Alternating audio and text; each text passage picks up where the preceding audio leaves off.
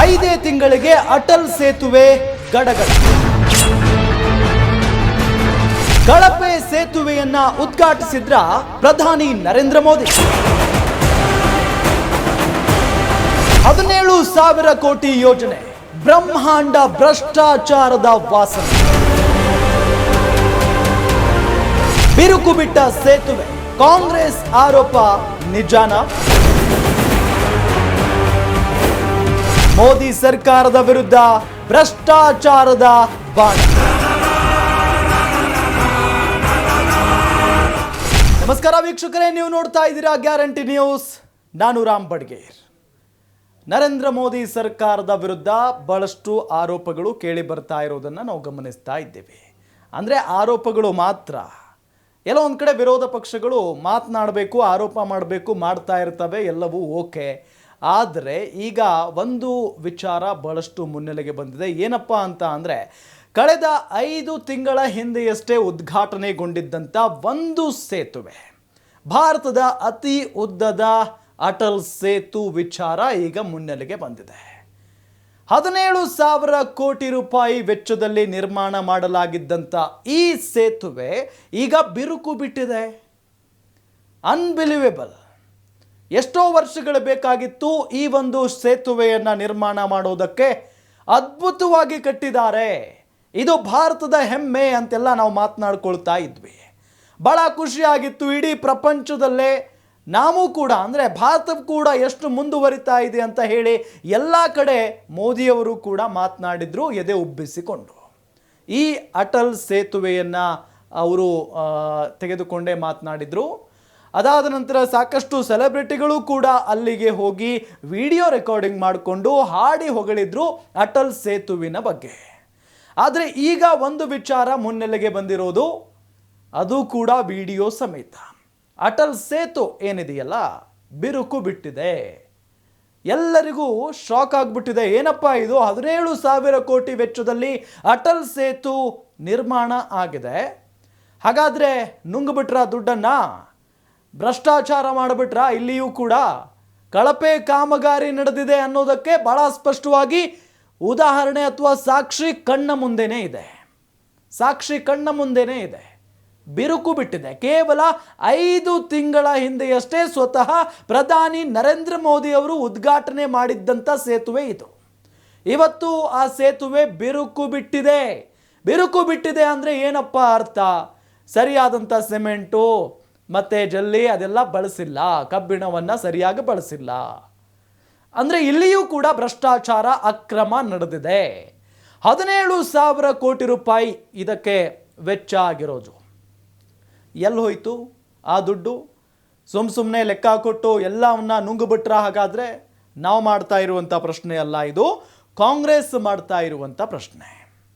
ಈ ಅಟಲ್ ಸೇತುವೆನ ಬಗ್ಗೆ ಕಾಂಗ್ರೆಸ್ನವರು ಮೊದಲಿನಿಂದಲೂ ಕೂಡ ಒಂದು ಅನುಮಾನದ ದೃಷ್ಟಿಯಿಂದ ನೋಡ್ತಾನೆ ಬಂದಿದ್ರು. ಇವತ್ತು ಆ ಅನುಮಾನ ನಿಜ ಆಗಿದೆ. ಬಿಕಾಸ್ ಇಷ್ಟು 1,000 ಕೋಟಿ ತೆಗೆದುಕೊಂಡಿದ್ದೀರಿ ಈ ಒಂದು ಅಟಲ್ ಸೇತು ನಿರ್ಮಾಣ ಮಾಡೋದಕ್ಕೆ. ಇಲ್ಲಿ ನೋಡಿದರೆ ಇವತ್ತು ಬಿರುಕು ಬಿಟ್ಟಿದೆಯಲ್ಲ, ಹೆಂಗಿದೆಲ್ಲ ಸಾಧ್ಯ?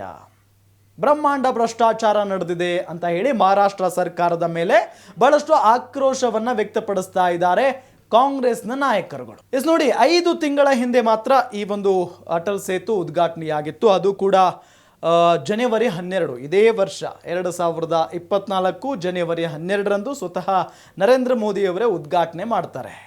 ಇಷ್ಟು ಬೇಗ ಇದೆಲ್ಲ ಹೊರಗಡೆ ಬರುತ್ತೆ ಅಂತ ಯಾರೂ ಕೂಡ ಊಹೆ ಮಾಡಿರಲಿಲ್ಲ.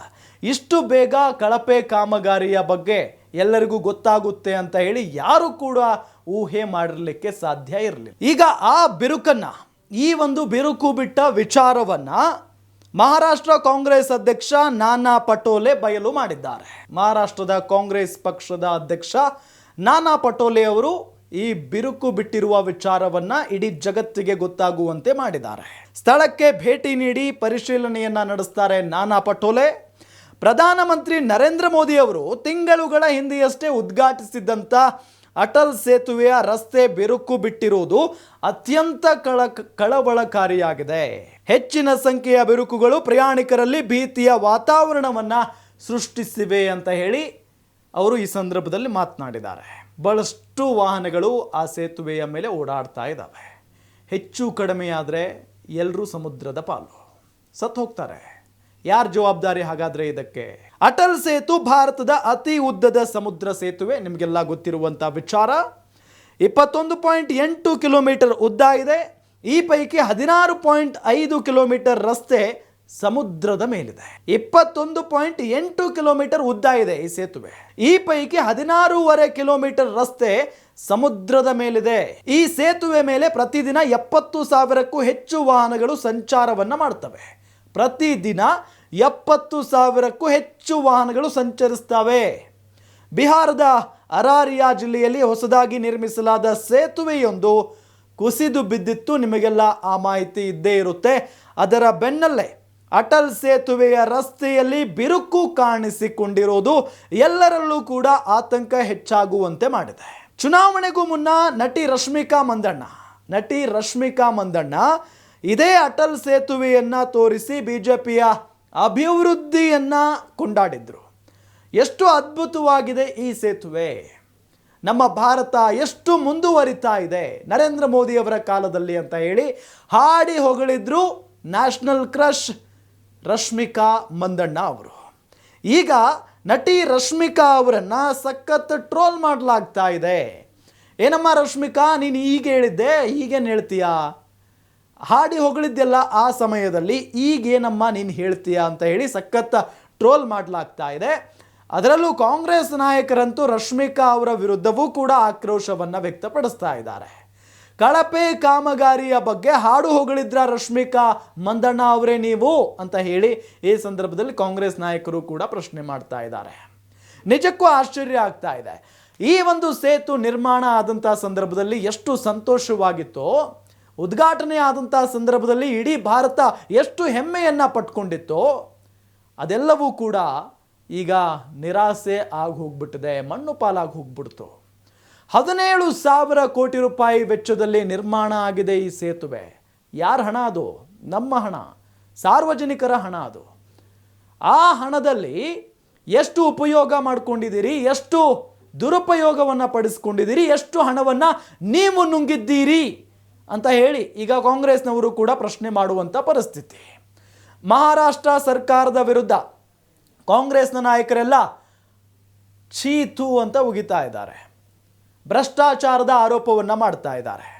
ನೋಡೋಣ ಇದು ಎಲ್ಲಿಗೆ ಹೋಗಿ ನಿಲ್ಲುತ್ತೆ. ಇದರ ಬಗ್ಗೆ ಪ್ರಧಾನಿ ನರೇಂದ್ರ ಮೋದಿ ಅವರು ಪ್ರತಿಕ್ರಿಯೆ ಕೊಡ್ತಾರಾ ಇಲ್ವಾ ಅನ್ನೋದೇ ಈಗಿರುವಂಥ ಪ್ರಶ್ನೆ. ಯಾಕೆ ಅಂತ ಹೇಳಿದರೆ ಇದನ್ನು ಉದ್ಘಾಟನೆ ಮಾಡಿದ್ದೆ ಪ್ರಧಾನಿ ನರೇಂದ್ರ ಮೋದಿ ಅವರಲ್ವಾ. ಹಾಗಾಗಿ ಇದಕ್ಕೆ ಪ್ರಧಾನಿ ನರೇಂದ್ರ ಮೋದಿ ಅವರೇ ಉತ್ತರವನ್ನು ಕೊಡಬೇಕಾಗಿದೆ. ನೋಡೋಣ ಬಿಜೆಪಿ ಇದಕ್ಕೆ ಯಾವ ರೀತಿ ಉತ್ತರವನ್ನು ಕೊಡುತ್ತೆ, ಪ್ರಧಾನಿ ನರೇಂದ್ರ ಮೋದಿ ಅವರು ಏನು ಹೇಳ್ತಾರೆ ಅಂತ ಹೇಳಿ. ಆದರೆ ಈ ವಿಚಾರವನ್ನು ಮಾತ್ರ ಕಾಂಗ್ರೆಸ್ ನಾಯಕರು ಇಲ್ಲಿಗೆ ಬಿಡುವ ಲಕ್ಷಣಗಳಂತೂ ಕಾಣಿಸ್ತಾ ಇಲ್ಲ. ಇದು ಅವರಿಗೆ ಒಳ್ಳೆಯ ಆಹಾರ, ಹಾಗಾಗಿ ಇದನ್ನು ತುಂಬ ಚೆನ್ನಾಗಿ ಅವರು ಬಳಸ್ಕೊಳ್ತಾರೆ ಅಂತ ನಮ್ಮ ಊಹೆ. ಕಾದ್ ನೋಡೋಣ ಏನಾಗುತ್ತೆ ಅಂತ ಹೇಳಿ. ನೋಡ್ತಾ ಇರಿ ಗ್ಯಾರಂಟಿ ನ್ಯೂಸ್. ಗ್ಯಾರಂಟಿ ನ್ಯೂಸ್, ಸುದ್ದಿ ಖಚಿತ, ನ್ಯಾಯ ನಿಶ್ಚಿತ.